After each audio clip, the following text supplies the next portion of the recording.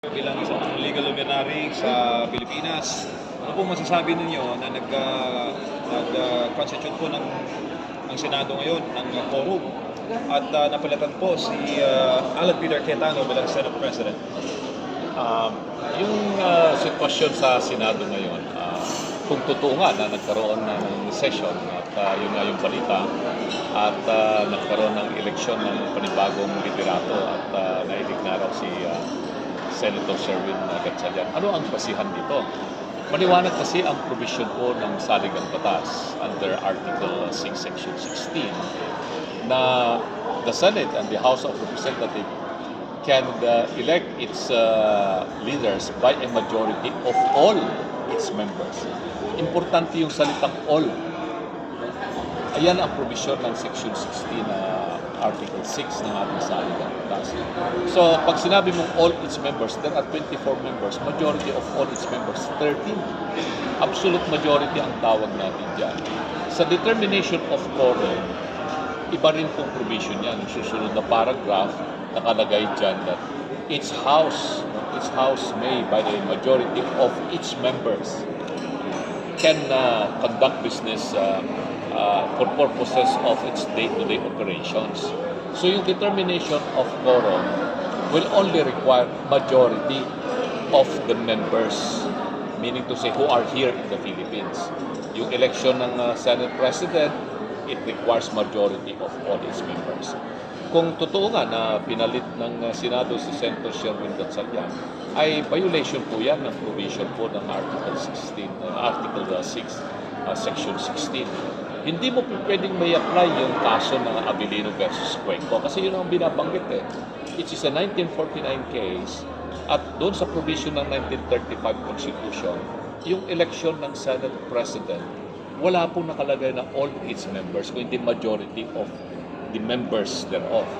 So, yung Abilino versus Cuenco, kaya 12 yung nag-elect, natanggal si Senator Abilino at naipasok na bago Senate President si Senator Cuenco kasi isa sa mga senador noon, si Senator Tomas Confesor, was out of the country.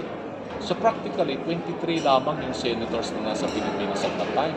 Yung isa pang ang senator ay nasa hospital. He was indisposed, si Senator Vicente Soto Sr. na wala doon din sa session.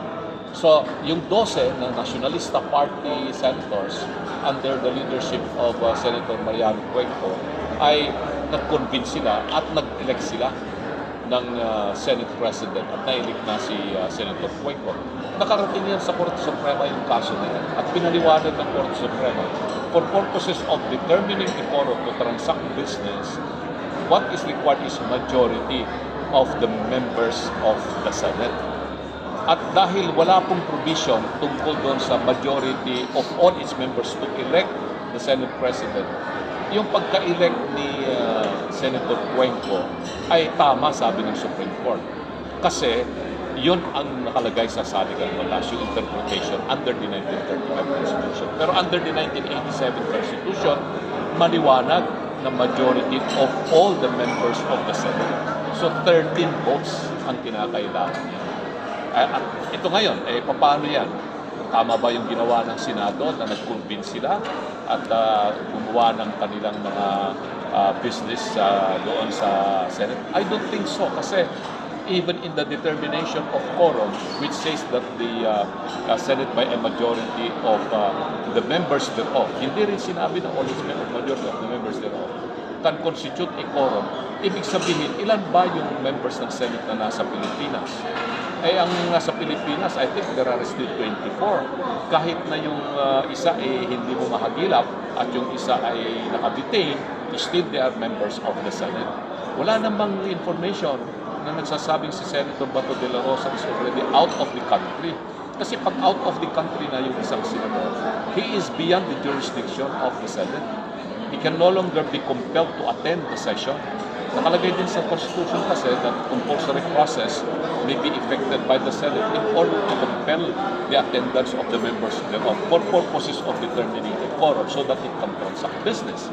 Since all the members of the Senate are still in the Philippines, to determine the existence of a quorum, you need also 13. because there are still 24 senators in the Philippines right now.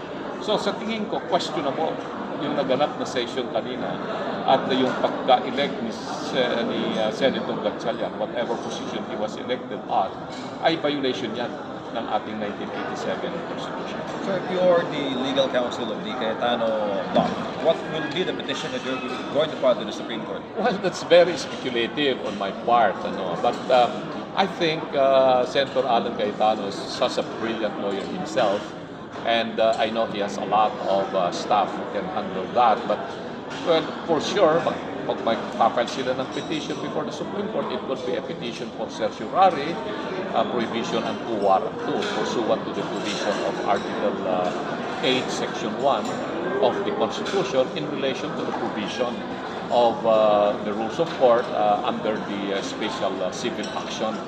So, maaaring gawin po nila yan. And sinasabi ko nga, ang leading case dito yung Abilino versus Cuenco. This is a 1949 case. The setting in that particular is under the 1935 Constitution is completely different from the setting now of the Senate under the 1987 Constitution.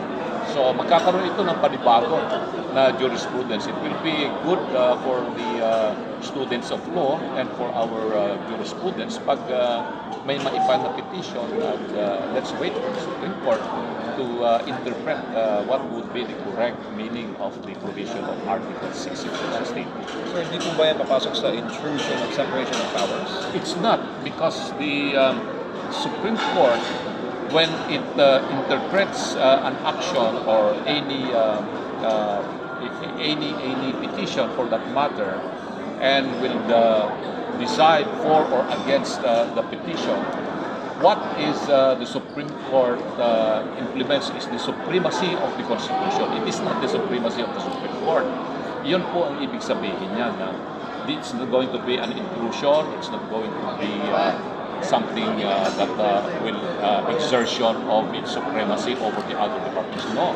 When the Supreme Court decides a case and it determines that the action is unconstitutional or it is not unconstitutional, the Supreme Court is just recognizing the supremacy of the Constitution. It is not the supremacy of the court itself.